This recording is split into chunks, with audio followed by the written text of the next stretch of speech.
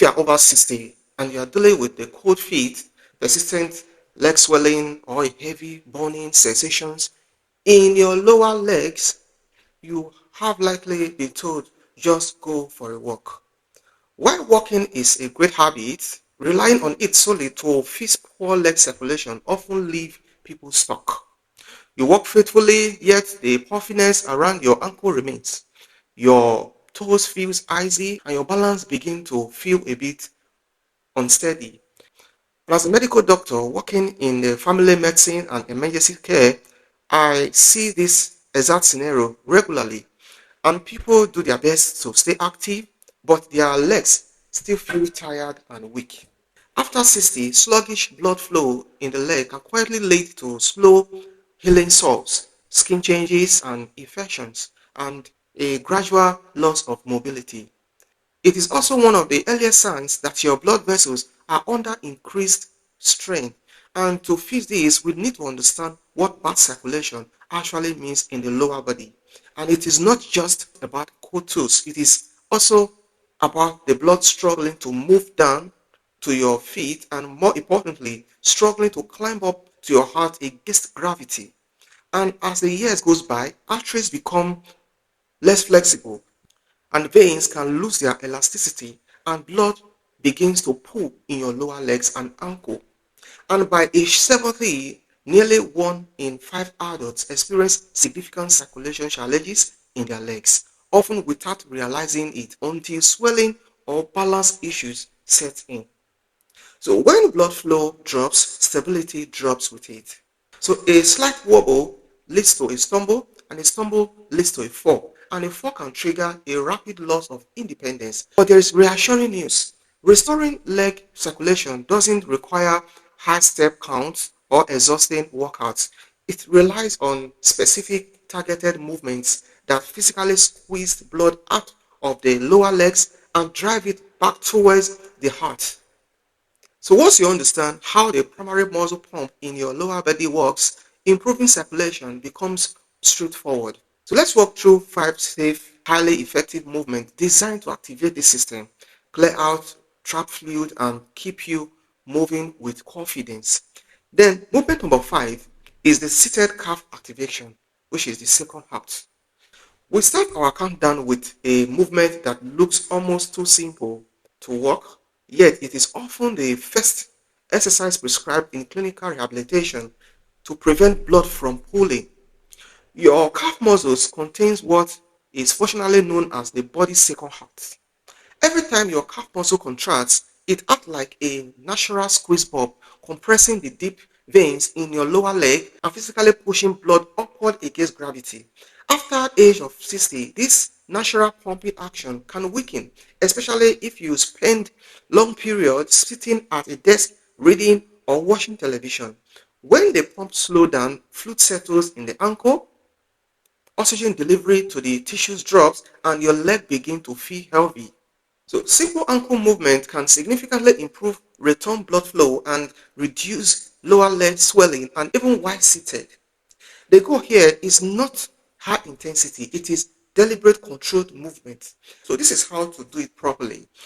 Sit comfortably in a chair with your feet flat on the floor and keep your head down and lift your toes upward toward your chin as far as comfortable. Then lower your toes, then press down through the balls of your feet to lift your heels up, to lift your heels high as if stepping on a gas pedal. Move slowly with full control. Aim for 20 to 30 smooth repetition 2 to 3 times a day. You can easily do this while reading or watching the news. While walking, rely heavily on forward momentum. Seated ankle pumps create focused, deliberate contractions that clear out stagnant fluid, that warms up your feet and relieve pressure on your sensitive veins. Then movement number 4 is the seated thigh and vein lift. Now moving up the leg, our fourth exercise targets the large muscles of the upper leg, which play a major role in driving blood through the thigh and keeping your stride strong. Clinical observation in physical rehabilitation shows that older adults who build strength in their upper thigh not only improve their overall walking speed, but also can stair climbing significantly easier within a few short weeks. So in adult health, walking speed and leg power are vital indicator of overall vitality. A firm confidence stride is directly linked to lower fall risk and greater personal independence. So seated leg lift target your upper thigh muscles and hip flexors while encouraging your core to stay stable. When these large thigh muscles contract, they squeeze the major blood vessels running through the upper leg, aiding the work already started by your calves. So here is how to do it properly. Sit tall in a sturdy chair with your back supported and both feet flat on the floor. Then slowly extend one leg straight out in front of you until your knee is comfortably straight. Then pause for 2 seconds at the top, then lower your foot slowly back to the floor. Then complete 10 to 15 deliberate reps on one side before switching to the other. Pay close attention to your posture. Keeping your back resting firmly against the chair prevents you from using momentum, forcing the thigh muscle to do the real work. As your strength improves over time, you can add a little ankle weight to continue building resilience. This movement produces knee stiffness and ensure blood move freely through your upper legs. The movement number 3 is the supported calf pump walk. Now we transition to a standing movement that combines circulation support with ankle stability, two factors that directly protect your balance. Now, the strength of your lower leg is one of the clearest predictor of long-term mobility. Individuals with firm, responsive lower leg experience far fewer stumbles and retain their mobility much longer as they age. Weaker legs allow blood to pool, which increases swelling, slow down nerve reflexes, and make your ankle feel unstable on even ground. This movement retrains your circulation or your balance system simultaneously, teaching your body to pump blood efficiently while keeping you steady on your feet. Now, how to do it properly? Stand behind a study chair or a kitchen countertop, holding on lightly for support.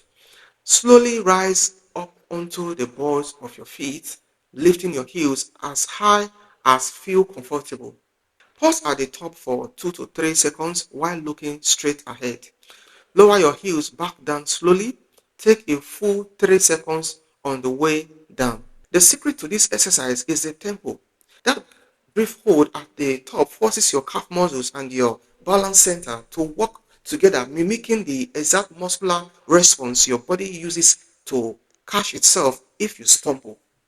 So start with 10 deliberate repetitions and gradually walk up to 20 as your leg feels stronger. Then movement number 2 is the single leg circulation hold. Our running up movement shifts the focus toward the sustained muscular activation, a key technique for improving vascular response and stability. The ability to maintain a single leg balance is crucial health marker after the age of 60. When balance begins to slip, people naturally move less out of fear of falling.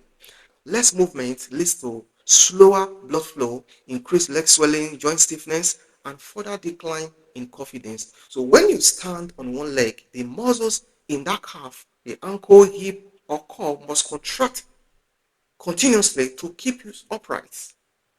When you stand on one leg, the muscles in your calf, your ankle, your hip, and core must contract continuously to keep you upright. Unlike walking, where you are on one foot for only a fraction of a second, a sustained single leg hold keeps those muscles engaged under tension. So this prolonged activation creates a steady, continuous pressure that pushes trapped fluid out of the lower leg. So how do you do it properly? Stand next to a wall, a counter, or a study chair, placing one hand slightly on the surface for safety. Then shift your weight onto one leg and lift the opposite foot just an inch or two off the floor. Stand tall, keep your chest open, look straight ahead, and hold the position for 20 to 30 seconds while breathing normally. Then lower the foot and switch to the other side. Complete 2 rounds per leg. As your confidence grows, try relying less on your hands, eventually letting your finger hover just above the support surface. This sustained hold keeps blood moving, strengthen tiny stabilizing joints, and train your nervous system to keep you upright. The movement number one is the standing calf pump hold. If there is one exercise that directly targets sluggish return blood flow, it is this one. No other simple movement activates the lower leg pump as direct, as safe, and as powerful as dedicated heel raised head with extended hold at the top. It serves as an efficient natural way to encourage blood flow out of the lower extremities and back towards the heart without placing stress on your joint. Your calf muscles are designed to act as its physical compression chambers. Rising onto your toes and holding that position, squeeze the deep veins in your legs with sustained pressure, overcoming the gravitational pull that causes fluid to gather around your ankles. So how to do this properly? Stand comfortably behind a study chair or counter, placing your hand lightly on it for balance with your feet hip width apart. Slowly lift your heels, rising as high as comfortably onto the balls of your feet. So here's the key step. Hold this top position for a full 3 to 5 seconds. Keep breathing steadily and look straight ahead. Lower your heels slowly back to the ground over a count of 3 seconds. Then start with 8 to 10 controlled repetitions, gradually building up to 15 or 20 over time. The deliberate hold at the top is where the primary benefit happens. It keeps the venous pump fully engaged. It helps clear lower leg puffiness and build the muscular endurance needed for effortless daily walking.